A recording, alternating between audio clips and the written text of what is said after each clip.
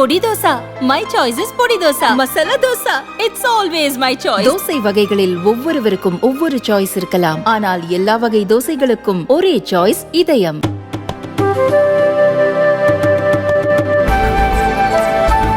பூரண மதுவிலக்கு கொண்டு வந்தால்தான் கள்ளச்சாராயத்தையும் விஷச்சாராயத்தையும் முழுமையாக ஒழிக்க முடியும் என்பதை என்னுடைய கருத்தாக ஏற்கனவே நான் பதிவு செய்திருக்கிறேன்.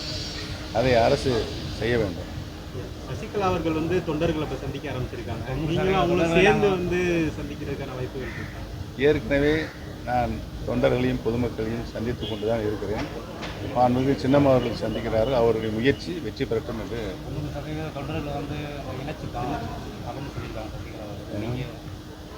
சசிகலா ஏற்கனவே சொல்லியிருக்காங்க. 90% இந்த தொண்டர்களெல்லாம் நான் இணைச்சிட்டோம் அப்படின்னு நான் வரவேற்கிறேன்.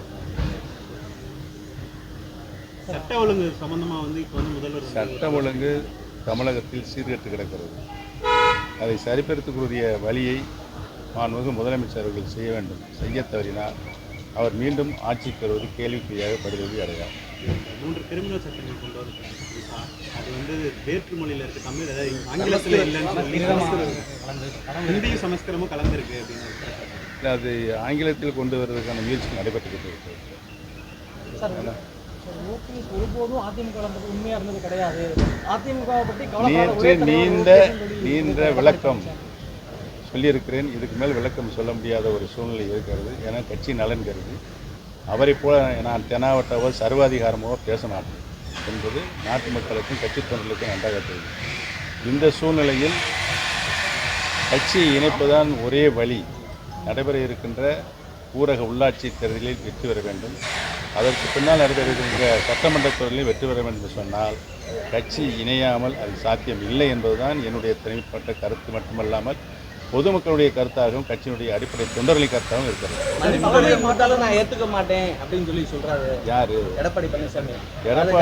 எடப்பாடி பழனிசாமி என்னை மன்னிப்பு கடிதம் கொடுக்க சொல்லி அவர் யார்? அவர் யார் சொல்லுங்க.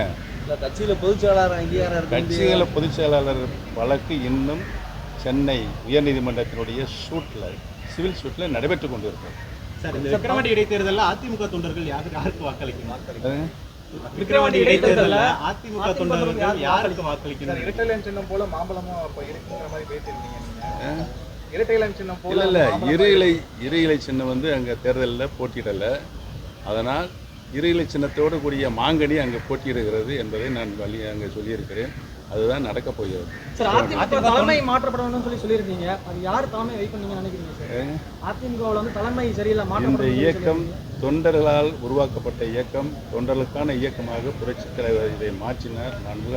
மாபெரும் இயக்கமாக மாற்றினார்கள். உறுதியாக ஒரு தொண்டர் அனைத்து இந்திய அண்ணா முன்னேற்ற கழகத்துக்கு தலைமை ஏற்க வேண்டும் தான் என்னுடைய கருத்து.